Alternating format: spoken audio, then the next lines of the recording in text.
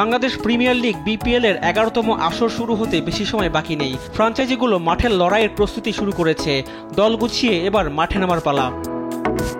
এবারের মৌসুমে প্রথমবারের মতো বিপিএল এ অংশ নিচ্ছে নবাগত franchise Dhaka Capitals. Players draft থেকে ক্রিকেটার নিয়ে দল গুছিয়ে ফেলেছে ফ্র্যাঞ্চাইজিটি। লিটন দাস, মুস্তাফিজুর রহমান, তানজিদ তামিম, থিসারা পেরেরা, জনসন চার্লসের মতো দারুণ সব ক্রিকেটার নিয়ে দল গড়েছে ফ্র্যাঞ্চাইজিটি। বিপিএল এর এতগুলো আসর পেরিয়ে গেলেও জাতীয় দলের জন্য ভালো কোনো ক্রিকেটার বের হয়ে আসেনি। ঢাকা ক্যাপিটালসের সিইও আতিক ফাহাদ জানিয়েছেন, তার দল থেকে যাতে জাতীয় দল উপকৃত হয় সেজন্য দলের বেশ কয়েকজন তরুণ ক্রিকেটার দলে নেওয়া হয়েছে। আমাদের স্কোয়াড খেয়াল করলে দেখবেন আমাদের ওখানে অনেক জুনিয়ররা আছে, তো সেই সব জুনিয়র প্লেয়ারদেরকে আমরা নিয়েছি এই কারণে যাতে সিনিয়র প্লেয়ারদের সাথে এক্সপিরিয়েন্সগুলো শেয়ার করতে পারে, ওনাদের থেকে শিখতে পারে, পরবর্তীতে যাতে ওনাদের নিজেদের পারফর্ম করার ক্ষেত্রে বেস্ট আউটপুটটা ওনারা বের করে নিয়ে আসতে পারে। ঢাকা ক্যাপিটালসের সিইও জানান, জাতীয় দল এবং বাইরের অভিজ্ঞ ক্রিকেটার যারা প্রত্যাশা পূরণ করতে পারেননি তাদের দলে নেওয়া হয়েছে যাতে পারফর্ম করে আবার আত্মবিশ্বাস ফিরে পেতে পারেন। মানুষ যাদের উপর আশাহত হয়েছে তাদেরকে নিয়ে আমরা অনেক বেশি আশাবাদী।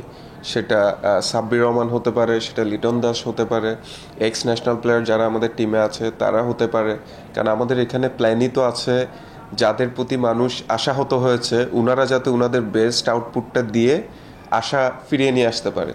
সে কারণেই কেউ যদি মনে করে যে সার্টেন প্লেয়ার তাদের পারফরমেন্স খারাপ, আমরা বলি কি এটা হচ্ছে একটা best opportunity to show their performance to a highest level. So আমরা ডেফিনেটলি লিটন দাস, তারপর হচ্ছে সাব্বির, ওনাদেরকে নিয়ে অনেক বেশি অপটিমিস্টিক।